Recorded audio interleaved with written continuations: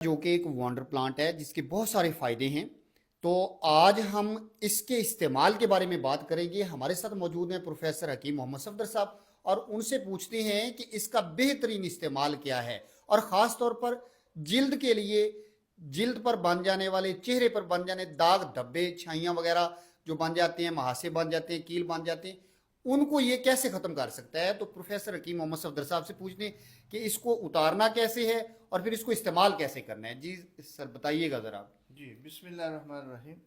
اصل میں یہ ایک قدرتی جیل ہوتی ہے جی اور بلکہ یہ جراثیموں سے بھی پاک ہوتا ہے. تو ایسا کرنا ہے کہ نیچے سے یہ جو اس کا ہوتا ہے نا اس کو کاٹ لیں اور یہاں جو ہے زرد پانی سا نکلتا ہے 1 انچ اس کو کاٹ دینا ہے اور 2 منٹ اس کو لٹکا کر رکھیں. وہ جو اس کا ہوتا ہے مادہ وہ نکل جائے گا اور باقی اس کے اوپر والی چھیل اتار دینی ہے اور درمیان سے جو ہے وہ ایک جیل نکلے گی.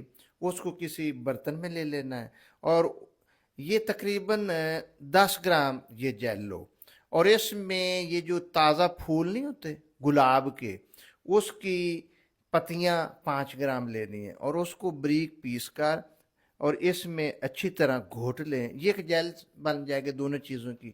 تو اس کو چہرے کے اوپر لگا لینا اور صبح اس کو صاف کر دیں. تو 1 ہفتہ لگانے سے انشاءاللہ یہ جو چہرے کے اوپر داغ دبے شائیاں ہیں وہ انشاءاللہ ٹھیک ہو جائیں گے.